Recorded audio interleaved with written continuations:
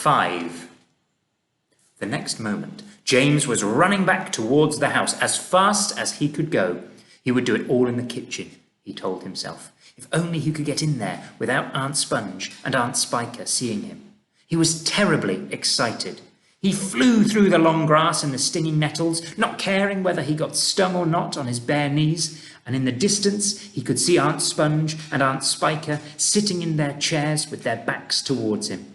He swerved away from them so as to go round the other side of the house. But then, suddenly, just as he was passing underneath the old peach tree that stood in the middle of the garden, his foot slipped and he fell flat on his face in the grass.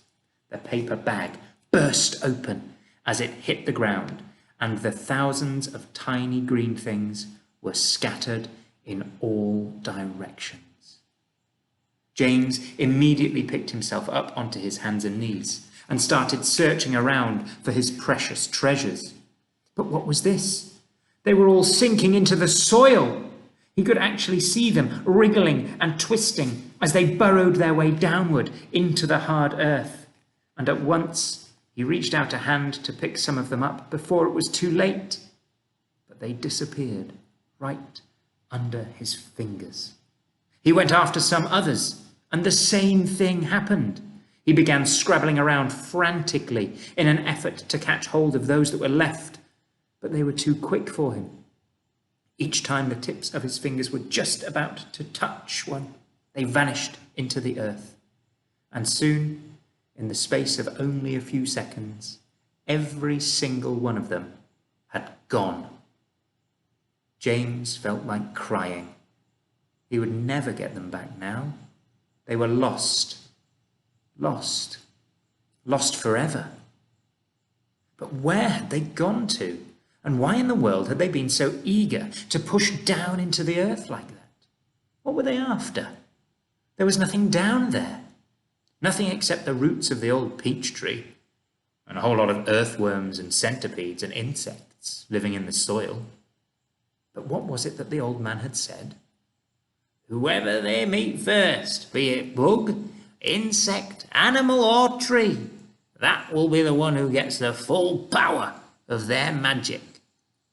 Good heavens, thought James. What is going to happen in that case if they do meet an earthworm or a centipede or a spider? And what if they do go into the roots of the peach tree? Get up at once, you lazy little beast! A voice was suddenly shouting in James's ear.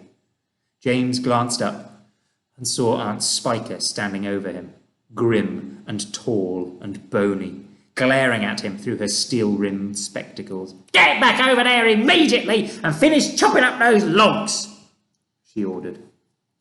Aunt Sponge, fat and pulpy as a jellyfish, came waddling up behind her sister to see what was going on. Why don't we just lower the boy down a well in a bucket and leave him there for the night?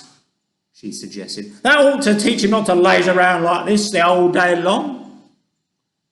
That's a very good wheeze, my dear Sponge, but let's make him finish chopping up the wood first. Be off with you at once, you idiot brat, and do some work. Slowly, sadly, poor James got up off the ground and went back to the log pile. Oh, if only he hadn't slipped and fallen and dropped that precious bag. All hope of a happier life had gone completely now. Today and tomorrow and the next day and all the other days as well would be nothing but punishment and pain, unhappiness and despair.